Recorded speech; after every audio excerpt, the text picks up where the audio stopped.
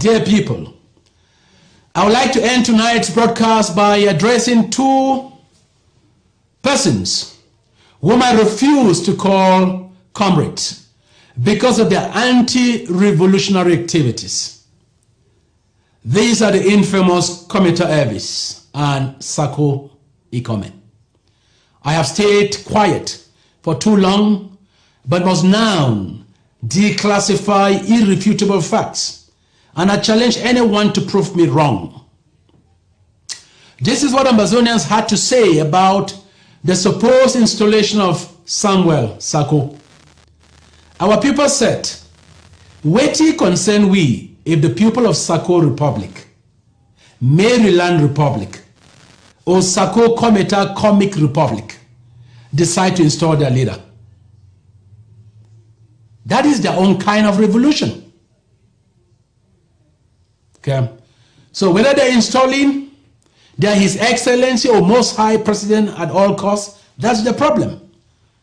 Serving as AVP under Sako, I want to submit that making a mistake in a revolution is not a problem if you own up to it and learn.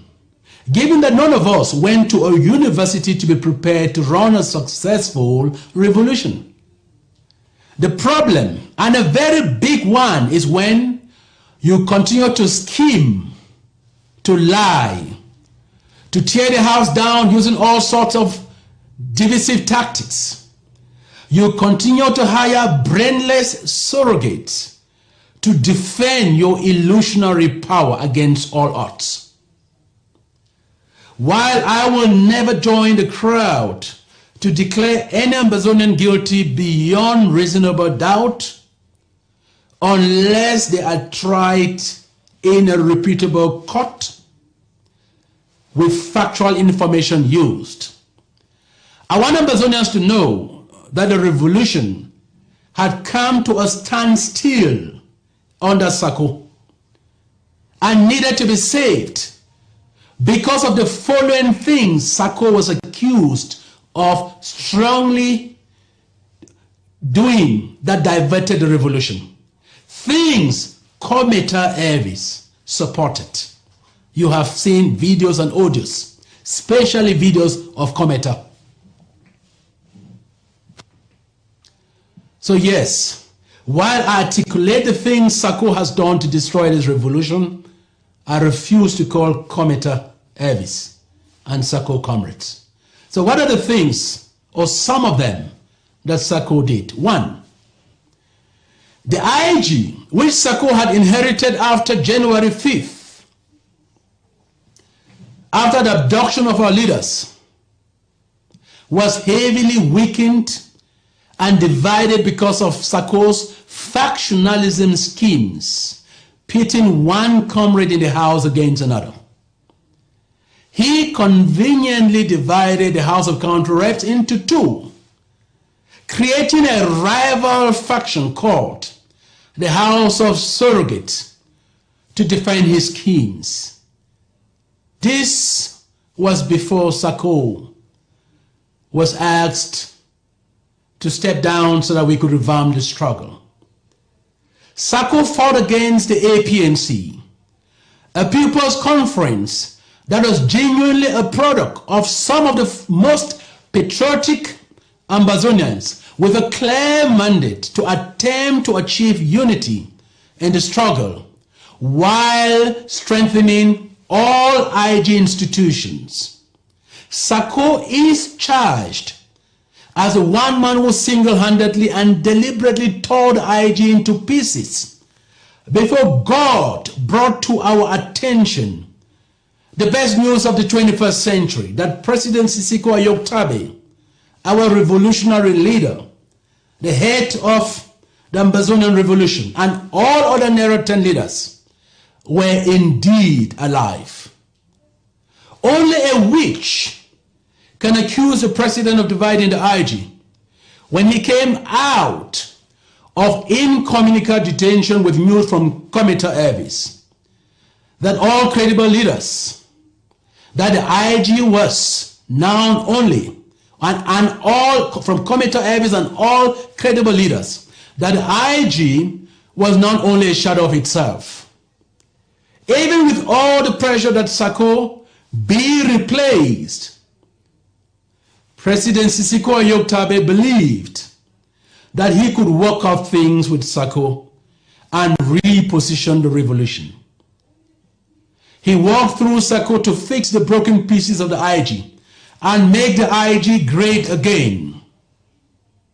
What did he get for begging that Sako's acting cabinet and the APNC sit down, talk like brothers and comrades, merge their two conferences, and choose one set of dates and one venue to hold the Unity Conference?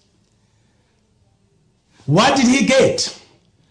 By asking then Communication Secretary Chris Ano to use his position and get SCBC and ABC to be merged together so that Ambazonian people have one official voice of the revolution. The Sako gang changed gear because their plan to seize and maintain power at all costs was about to be thrown into the dustbin. They went into the worst form of betrayal, blackmail, sabotage, and sacrilege. First, they said, after spending almost a year in incommunicado detention, the president is not able to think straight again. Really? What wickedness! Demons! Next, they said, he had been compromised by La République du Cameroon barely weeks before he was served a life sentence. Really? A compromised person served a life sentence barely weeks? After discovering the lie did not hold water, the group of criminals moved on with Plan 3. Let's lie his ruling from jail and impeach him. Only sick, brainless, and irrational fellows would believe such a filthy lie. How can you rule from jail with all the limitations?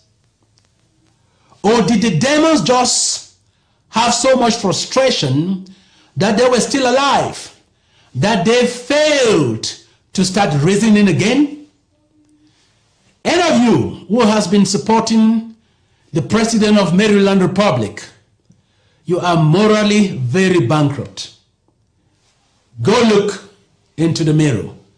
It is a shame that you turn back against true bona fide Ambazonians, whose only crime is doing everything in their powers, even in detention under the worst conditions, to end your slavery.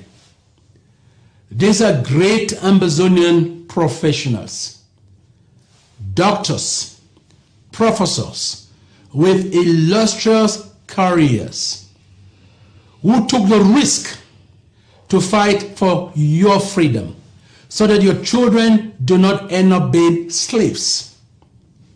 Many of them had huge businesses that have crumbled. Their wives, their children are unable to touch their hands every morning.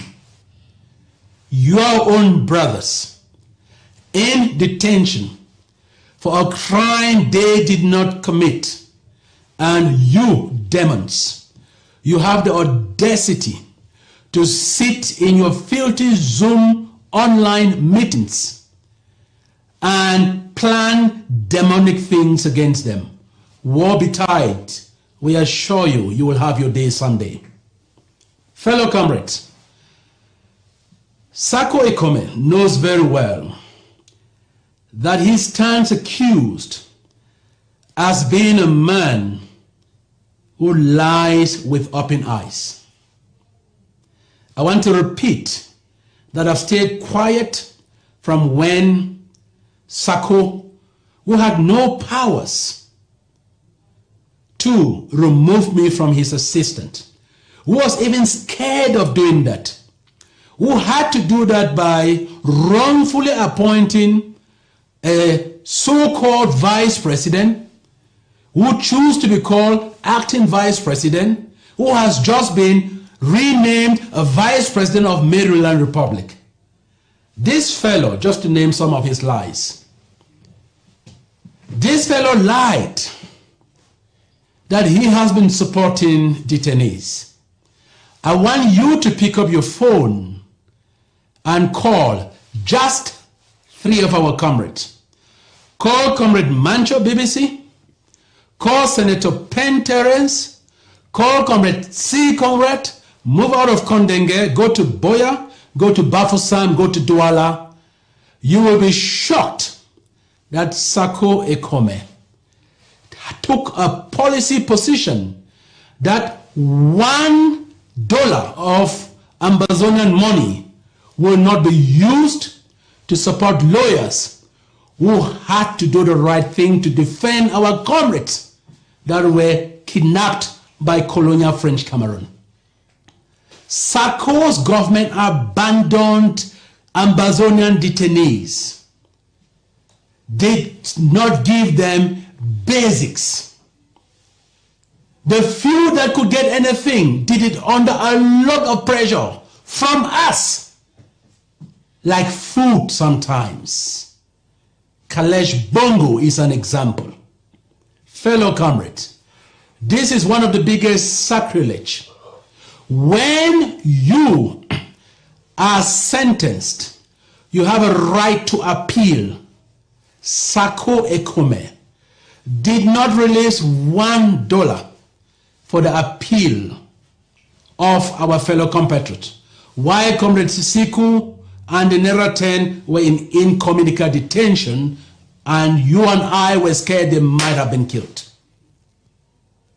And some of you, morally bankrupt Ambazonians, you really think that's okay. Let me tell you this. God forbid, but if you ever find yourself in the shoes of our comrades that are illegally detained as we speak, Sisiko Ayoktabe is still in detention. Daphne Yerima, Milton Taka, and all patriots who stand with the IG, who stand with our leader Sisiko Ayoktabe, we will not abandon you. Number 3, Sako Ikome took a policy position that there is no need to support refugees. He abandoned our refugees to die. He abandoned our refugees to die.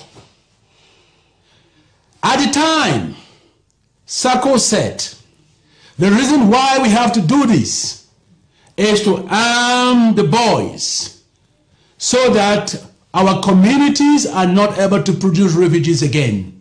The question is, how much arming did Sako Ikome ensure that our boys had? Just how much arming? Just how much arming? If only my trip to Boya went down to the boys, there might have been some irrationality there. So if the boys are not armed, refugees are not looked after, detainees are not looked after, IDPs are abandoned, and you still support a very irrational human being like that, truly, you must be morally very bankrupt. We've had enough of this rubbish. We have had enough of this rubbish. We truly have had enough of it. I want to tell Ambazonians, revolutionaries are not politicians. And I know that as I speak truth to purpose, brainless surrogates, some of them call themselves activists. They don't even know women activists are. They're going to go to work. Let me tell you, slave, we will free Ambazonia and free you from your slavery. And you will confess. But when you confessed, we will make sure you spend some time in jail. This revolution will be won by patriotic Ambazonians. Ambazonia will be free, whether your gang likes it or not. I came here tonight to speak to your gang, but most importantly to tell Ambazonians, open your eyes. There's only one IG. There is only one IG. There are no two governments. Sako's acting government was dissolved. Chris Anu was supposed to stay on as Secretary of Communication. He turned down that appointment. Sako Ikome was supposed to drop down and act as deputy under Professor Anyangwe, where he can learn. He turned it, preferring to go scheming around for internet power. Shame. Fellow Amazonians, homeland will be free. Tell all traitors, tell all sellouts that revolutionaries will stop them. Ambazonia is our land. One last advice from me on behalf of the interim government. Do not pay loyalty to anybody in this revolution. Pay loyalty to the nation and our flag. It is total independence. We will have it. We will have it. Oh, resistance forever. But because we know what we want and we know who we are, our freedom is unstoppable. God bless you. God bless Ambazonia. Stay focused.